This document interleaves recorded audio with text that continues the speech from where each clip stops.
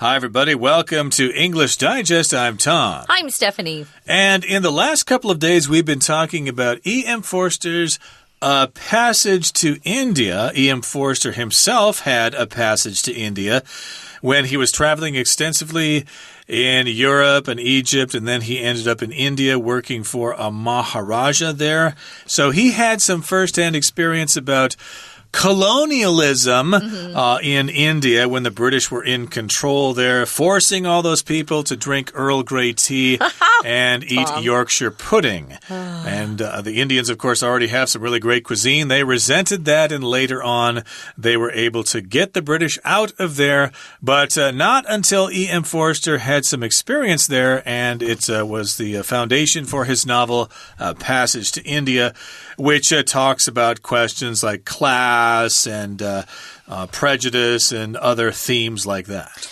Yeah, oppression, treating different groups of people, races differently based on prejudices or preconceived ideas you have about a group of people. It's going to be interesting to take a look at today's lesson because we're just going to focus on the themes in the book itself, which is always very interesting. I always ask the question in my mind, what did the author want to share with us? Why did he or she write this particular passage? Or what are the real themes in this book? It's a very popular area of literature to just critique others' writings, you know, to not produce anything yourself, but just to be someone who is a critic. Literary criticism. Oh, yeah, very popular and interesting to read other people's thoughts on someone's writing. Right now, though, we're going to read through today's lesson, and we'll be back to take a look at some of these words.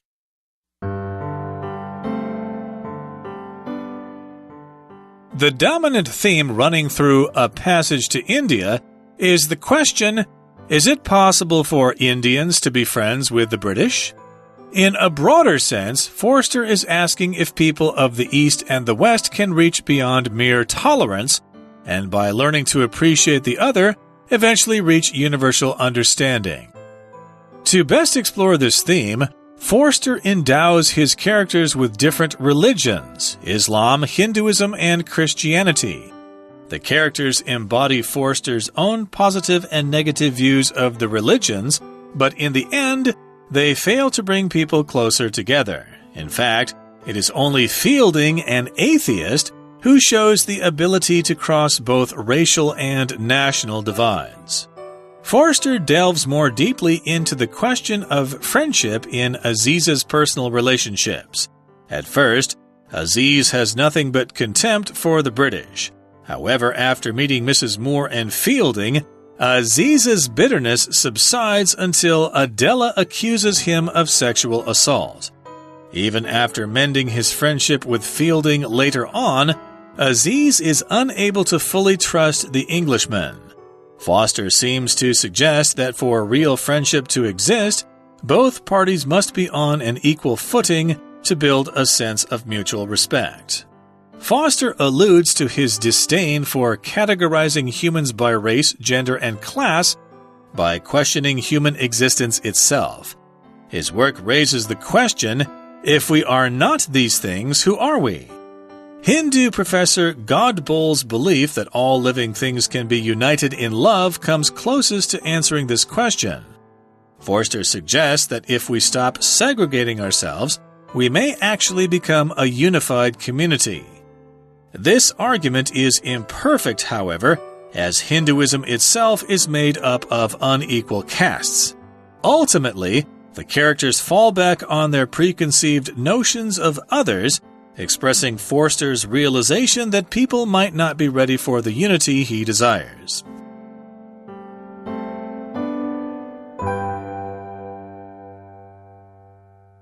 Okay, guys, the dominant theme, or the most powerful theme, the strongest theme, running through A Passage to India is the question, is it possible for Indians to be friends with the British? So that's the dominant theme. You might have heard of your dominant hand or your dominant swing. If you watch baseball, there are some baseball players who can hit from the left side and the right side, although they have a dominant side. They're stronger from the right or stronger from the left. Dominant here does mean the strongest. So the strongest theme running through this is, hey, can Indians really be friends with the British? Yeah, at least that's a question they could ask at that time. I'm sure they're the best of friends nowadays.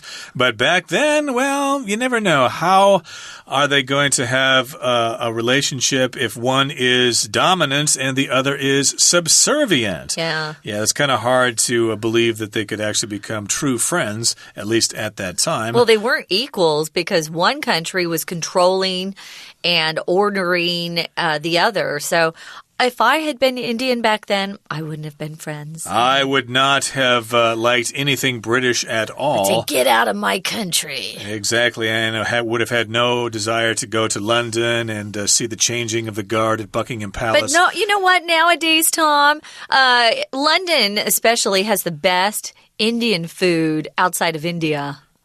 True. So they might be all really good friends nowadays. Yeah. And Indian food is mighty tasty. So I'm sure the British love eating that. Yes, Good. You can win someone's heart and mind through their stomachs. Yes. So I'm sure the British just love Indians now. But in any case, this is the dominant theme running through this novel. Is it possible for Indians to be friends with the British? Well, in a broader sense, Forster is asking if people of the East and the West can reach beyond mere tolerance and by learning to appreciate the other, eventually reach universal understanding. So at some point, of course, you just tolerate each other, which means you put up with each other, you accept each other, but you don't necessarily like each other. You recognize that, yes, these people have to be there. I have to be neighbors with these awful people who are really noisy all the time. So you have a sense of tolerance. You put up with them, but you still don't necessarily like them. Right. So to best explore this theme, Forster endows his characters with different religions. To be endowed with something means you were given that thing. You were blessed with that thing. You can talk about an endowment that a university might receive. That's a donation of money from outside the school, an endowment. Here it just means to give something or to be blessed with that thing. So he gives his characters different religions. So he can come up with whatever characters he wants, right? So one is a follower of Islam, one is a Hindu, and one is a Christian. So we've got Islam. These are the religion's names: Islam, Hinduism, and Christianity. And he does this so that he can explore how these different people with different religious backgrounds get along, how they accept each other, how they tolerate each other, and how they actually can learn to respect each other as well. Okay, so he's got the world's major religions here, Islam, Hinduism, and Christianity. And they embody his own positive and negative views of the religions. So I suppose he thinks certain religions have good things, but they also have bad things. But in the end, he seems to conclude that these religions fail to bring people closer together. They actually make people more separate as long as people are believing different things. And in fact, it is only Fielding, an atheist, who shows the ability to cross both racial and national divides. So here we've got the atheist, who is neither the Muslim or the Hindu or the Christian. Okay, the atheist is someone who doesn't believe in God at all. A lot of people say that atheists actually come out and say there is no God, but that's not true. They're just saying that, hey, we just don't really know. No one has been able to really prove that such a creature or such a being exists. Right. So the characters embody Forster's own positive and negative views of the religions. But in the end, they fail to bring people closer.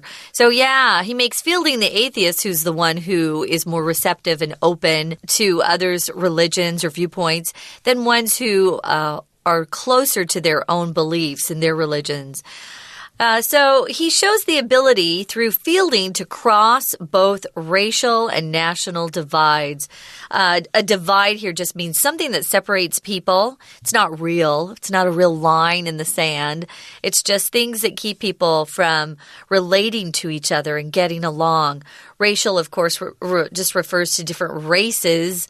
Racial discrimination would be when you treat one group differently just based on their race.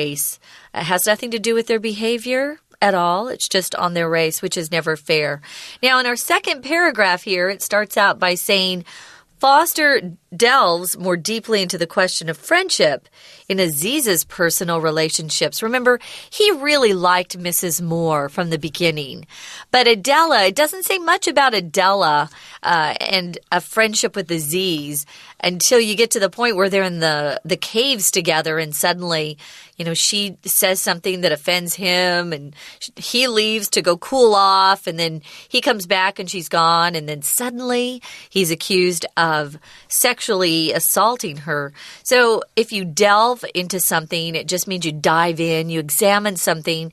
And here we're examining something more deeply, and that's this question of friendship. What is friendship? What does it mean? If you're friends, do you always support a friend when they're accused of something bad? When you don't have the evidence that they're innocent or guilty, how do you make that choice? So at first, Aziz has nothing but contempt for the British. Contempt is when you can't stand somebody. You really do hate them. You look down on them. You feel like they're worthless. And they deserve your scorn. They deserve to be disregarded, or they deserve to be looked down upon. That's contempt. So Aziz really doesn't respect the British very much, does he? He doesn't like them at all. No. And it's no wonder, because at that time the Beatles had not come out yet. So if the Beatles had been popular at that time, maybe he would have had a different opinion about the British. Everything. But in any case, yes, at that time he had nothing but contempt or hatred or distrust for the British. He didn't like anything British at all. They were nothing but trouble.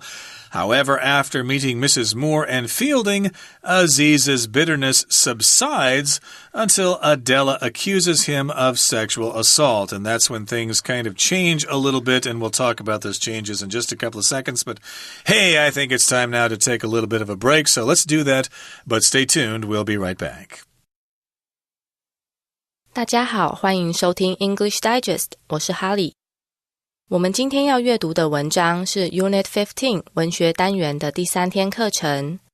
在今天的文章中，我们将会知道 E.M. Forster 在他的小说 A Passage to India 中想要探讨的主题。文章的第一段提到，这本小说最重要的主题是印度人和英国人是否有可能成为朋友。我们看到第一段第二句的前半部分 In a broader sense, Forster is asking if people of the East and the West can reach beyond mere tolerance. 以较广的意义来说，佛斯特在问东西方的人们是否能达到不只是容忍彼此而已。本句用 if 名词子句来作为动词 ask 的受词，此时的 if 就相当于 whether 是否的意思。使用 if 来代替 whether 时要注意，通常只会用来当作及物动词的受词。例如 Joe doesn't know if or whether he should study abroad after he graduates from college. 乔不知道他大学毕业后是否该出国念书。如果当主词时，就不可以用 if 子句，而是要用 whether 子句，并且将 whether 子句视为第三人称单数。例如Whether my parents support my decision means a lot to me. 我的父母是否支持我的决定对我来说很重要。我们接着看第一段的最后一句 In fact, it is only Fielding, an atheist, who shows the ability to cross both racial and national divides. 事实上，只有无神论者费尔丁展现了同时跨越种族和国籍分歧的能力。本句使用了强调句型，或是称为分裂句型 It is 或 was ... that 有正是什么的意思。将句子里要强调的部分放在 it is 和 that 的中间，句子的剩余部分则放在 that 后面，通常是用来强调主词、受词、时间或地点。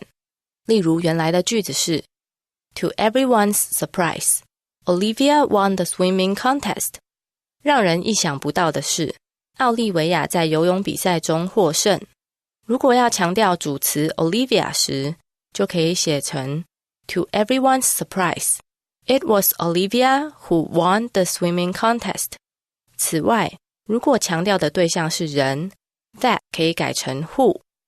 强调事物的时候， that 可以改成 which。 强调地点， that 可改成 where。 强调时间的话， that 可以改成 when。 像课文句子是强调 Fielding 这个人，所以 that 改成了 who。 文章的第二段提到， Forster 认为如果不同种族的人要建立真正的友情，双方必须处于同等的地位。我们接着看第二段的第一句， Forster delves more deeply into the question of friendship in Aziz's personal relationships. 佛斯特更深入地探究了阿吉兹个人关系里的友谊问题。动词 delve 是指Try to find more information about somebody or something, 也就是探究的意思，其后搭配介系词 into。 例如 Before I took a trip to Osaka, I delved into several books about the history of the city. 在我去大阪旅行之前，我深入探究一些关于这座城市历史的书籍。 We're going to take a quick break. Stay tuned. We'll be right back.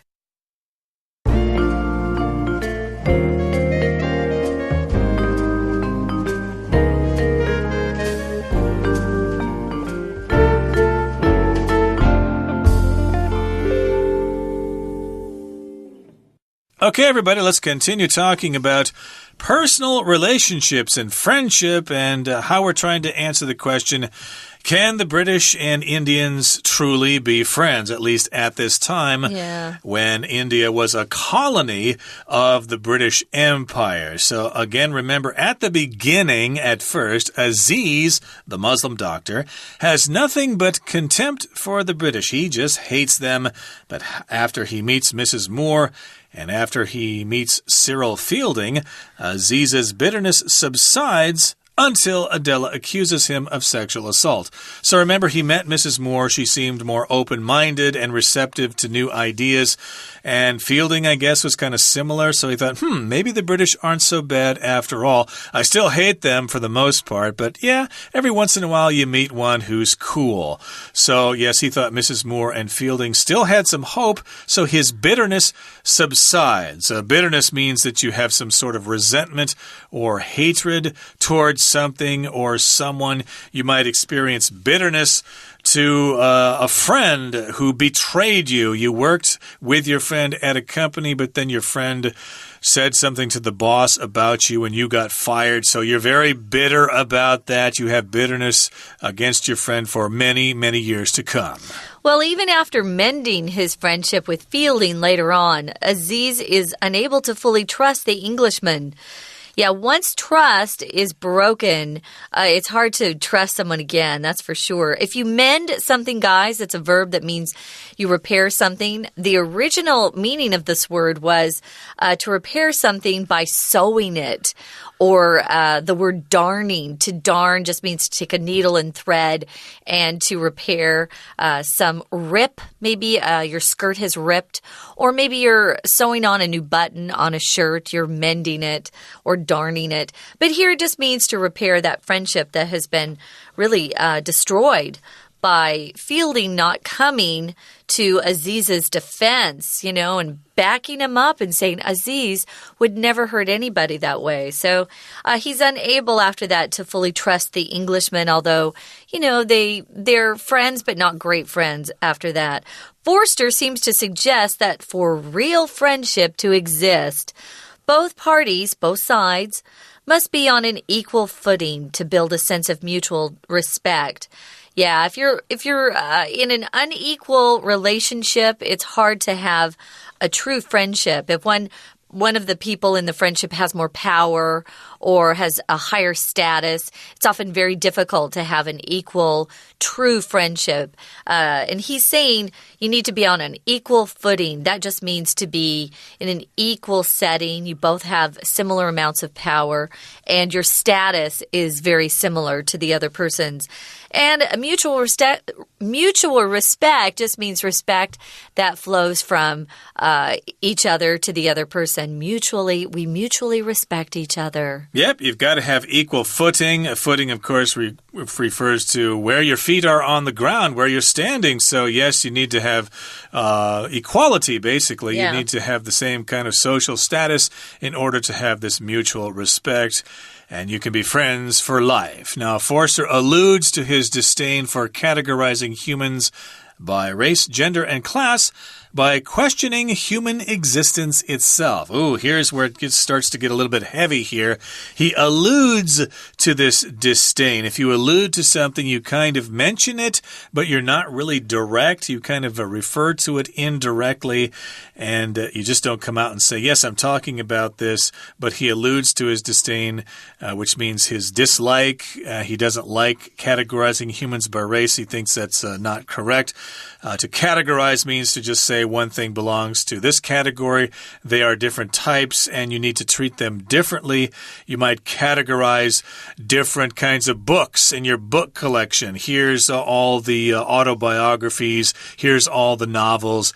Here are all the nonfiction books. You categorize your books at home on your bookshelf. But here he says, no, I don't like this categorizing of humans by race. Here are the Indians, here are the British, here are the black people, here are the Hispanics and stuff like that. He doesn't like that categorizing of humans by race, gender, male, female, and class, rich people, middle class, working class, etc.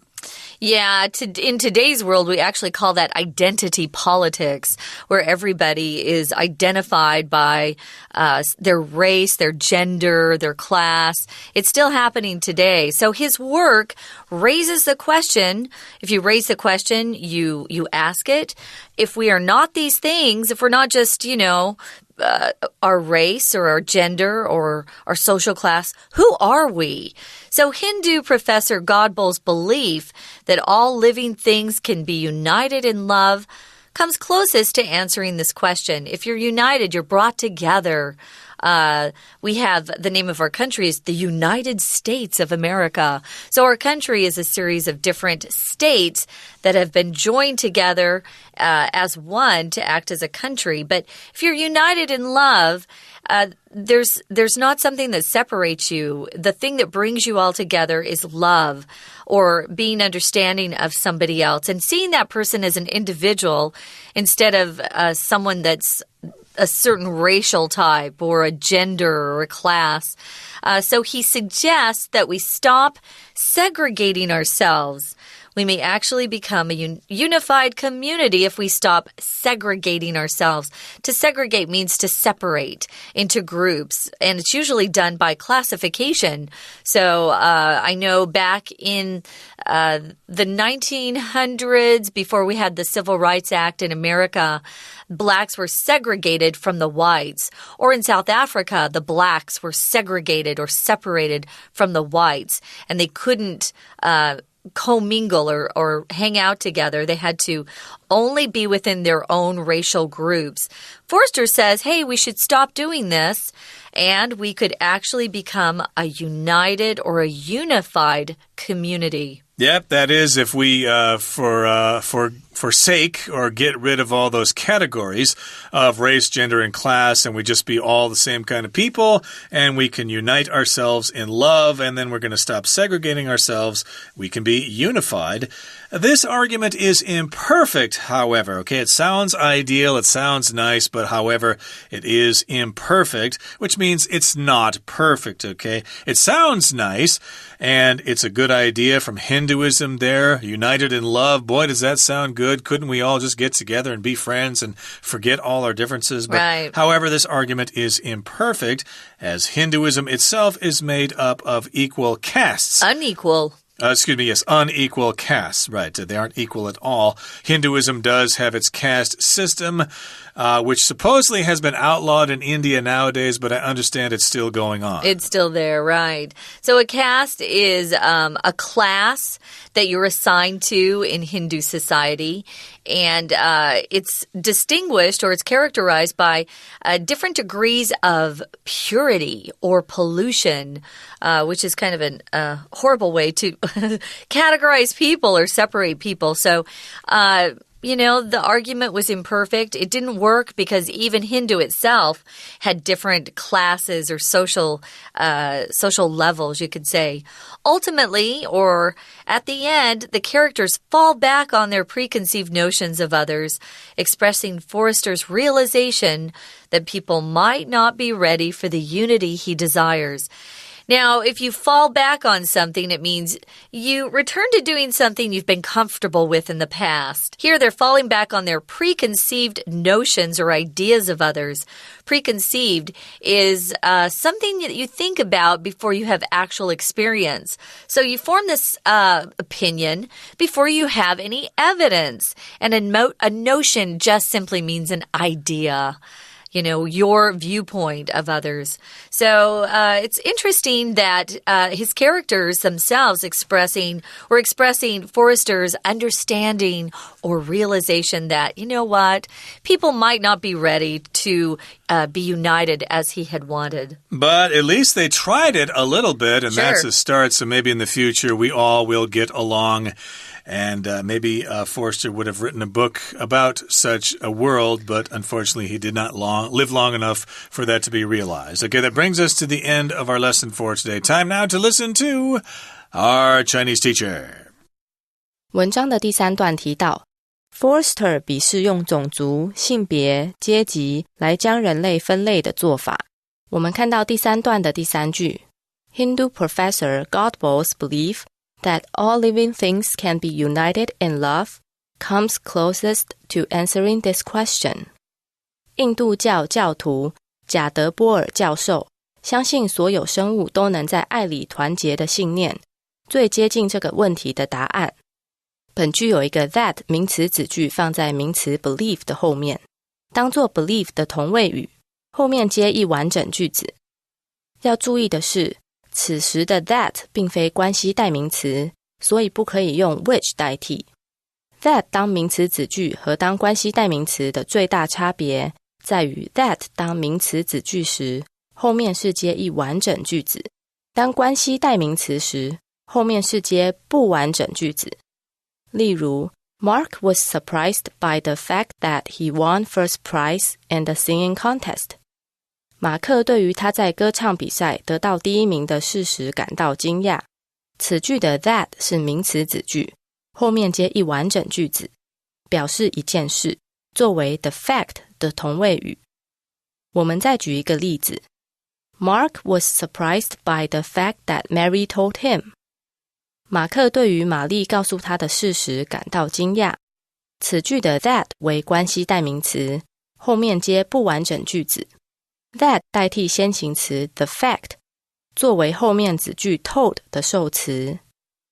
以上就是今天的课程，谢谢大家收听。That's all for today. Thank you so much for joining us. And hey, with the New Year's holiday coming up pretty soon, you might have a few days off and you might want to try to read this novel. You might enjoy it and apply some of the ideas to your life here in Taiwan. Okay, Great. That brings us to the end of our lesson for today. Thank you for joining us. Please join us again next time. From all of us here at English Digest, I'm Tom. I'm Stephanie. Bye. See ya.